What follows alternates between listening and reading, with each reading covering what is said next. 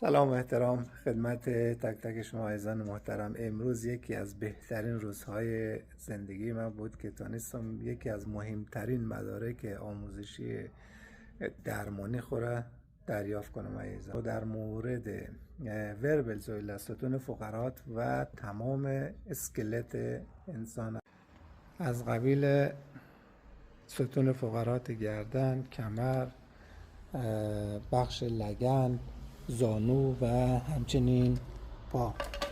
و همچنین قسمت مچ دست، آرنج و همچنین شانه. در تمام این بخشا خدا رو شکر تونستم با موفقیت این درس ها رو یاد بگیرم و از استادای محترم و کسایی که کمکم کردن صمیمانه قدردانی و تشکر میکنم که تونستم ایره در کنار بقیه درس ها هم یاد بگیرم تا انشالله بتونم از این بعد خدمات حرفه‌ای تر برای شما عزیزان انجام بدم. نظر گزون هایتم و اداره سلامت آلمان